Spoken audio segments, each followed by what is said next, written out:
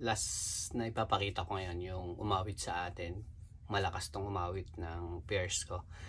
Inawitan niya yung isang Travis ko dyan sa likod.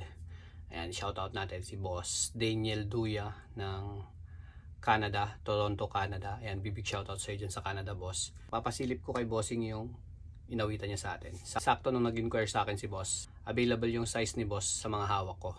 Lakas mo, boss. Big shoutout dyan sa Canada. Boom.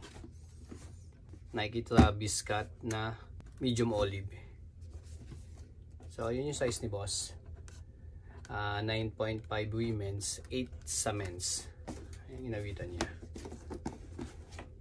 Yung loob ng box.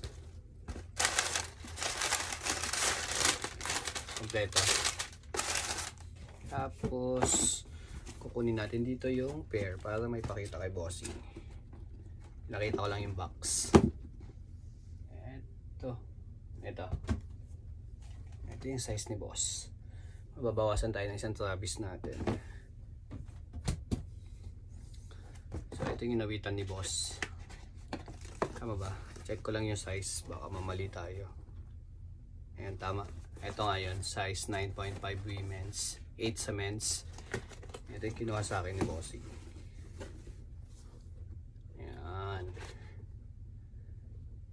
J1 Travis Scott na medium olive. Ayan yung olive natin.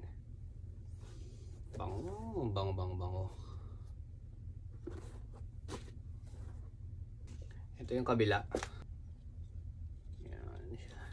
Ayan, syempre black tag, Japan release. Tapos extra lace, olive, tsaka yung pula.